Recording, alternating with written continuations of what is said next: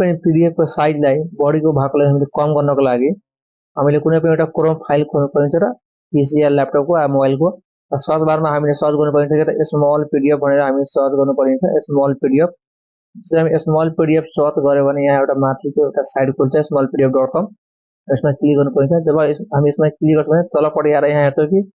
फेरि यहाँ तलपट्टि आएर यहाँ हेर्छौं कम्प्रेस पीडीएफ भन्ने एउटा अप्सन देला तलपट्टि आएर कम्प्रेस पीडीएफ हामी यसमा क्लिक गर्नु पर्छ जब हामी कम्प्रेस पीडीएफ मा क्लिक गर्छौं यहाँ एउटा फाइल चुज गर्नु भन्छ यहाँ हामीले भन्छ कि फाइल चुज गर्नु होला हामी एउटा फाइल चुज गर्छौं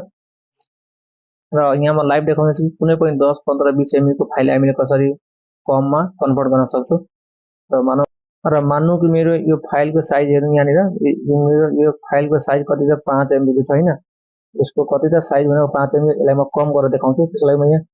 यो फाइल यहाँ क्लिक गर्छु र यसलाई सिलेक्ट गरिदिन्छु सिलेक्ट गरेपछि एकछिन वेट गर्नु पर्छ जबसम्म हामी वेट गर्छौं